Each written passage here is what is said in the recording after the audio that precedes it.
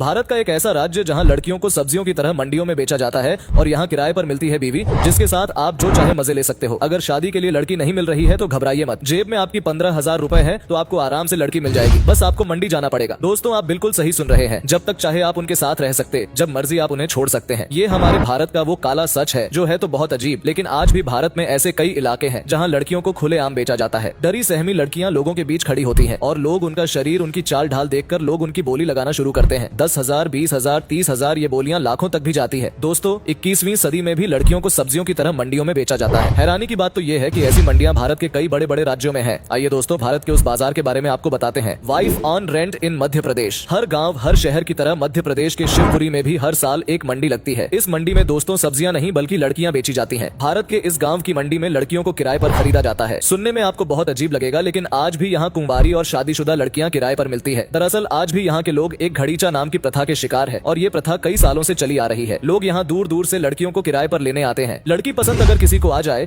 तो एक एग्रीमेंट किया रहता है। 10 या 100 रुपए के स्टैंप पर करार किया जाता है कि पुरुष उस महिला को कितने महीने या फिर कितने साल तक अपने साथ रखेगा। एग्रीमेंट खत्म होने पर उसे वापस छोड़ दिया जाता है और दोबारा से वही लड़की मंडी में अगले साल बिकती हुई नजर आती है। 15 से 4 लाख तक यहाँ लड़कियों की कीमत होती है। किराए पर लेने से पहले यहाँ लड़कियों की चाल ढाल और चलने का तरीका देखा जाता है। यहाँ के लोगों का कहना है कि यहाँ बिहार और झारखंड से लड़कियों को अगवा करके लाया जाता है और फिर उन्हें मंडियों में बेचा जाता है। यहाँ जो लोग लड़कियों को लाते हैं वो उन्हें मारते पीटते हैं और उनका शारीरिक शोषण करते हैं। प्रशासन का कहना है कि अभी तक इस प्रथा को लेकर कोई भी शिकायत नहीं आई, ना ही किसी ने इसके खिलाफ रिपोर्ट दर्ज करवाई है। दोस्तों, इस घिनौनी प्रथा के खिलाफ तो महिलाएं भी आवाज नहीं उठाती, क्योंकि ये उनके कमाने का बहुत बड़ा जरिया बन चुका है। अभी तो भारत के ऐसे और भी कई इलाके हैं जहाँ एग्रीमेंट करके लड़कियों को बेचा जाता है। मंडी में लगती है लड़कियों और बीवियों की बोली। महाराष्ट्र के नांदेड़ से 13 किलोमीटर दूर एक अर्धपुर नाम का गांव है। यहाँ पर भी लड़कियां मंडी में बिकती हैं। लोग खुलेआम लड़कियों के चाल ढाल देखकर उन्हें खरीदते, उनकी बोली लगाते हैं। यहाँ पर बोली लगाने वाला कोई और नहीं बल्कि लड़की का पिता होता है। ये बात तो शर्मनाक है, लेकिन मजबूरी इतनी बढ़ गई है कि वो ऐसा करने को मजबूर हो जाते हैं। दरअसल यहाँ भी एक प्रथा है जिसे वेदू समाज के लोग आज भी निभाते आ रहे हैं। दरअसल यहाँ लड़की का पिता लड़के की बोली लगाकर शादी करवाता है और जो बोली लगाने वाले लड़के के पिता होते हैं वो उस लड़की को खरीदता है। लेकिन पूरे जीवन के लिए नहीं बल्कि कुछ साल या कुछ महीनों के लिए लड़कियों को ले जाया जाता है। सिर्फ कुछ सालों के लिए लड़की किसी घर की बहू बन पाती है। दोस्तों, जो लड़की पहली शादी करवाने जा रही है उसकी बोली 20 से 30,000 रुपए होती है और जो लड़की पहली शादी के दौरान मां बन चुकी है उसकी बोली 50,000 से 1 लाख रुपए तक होती है। और सबसे बड़ी बात कि जब तक पति का मन उससे नहीं भरता वह तब तक उसे अपने साथ रख सकता है। दोस्तों, वैसे आपको क्या लगता है कि अब इन मंडियों को बंद करना चाहिए या नहीं? कमेंट करके हमें जरूर बताइएगा।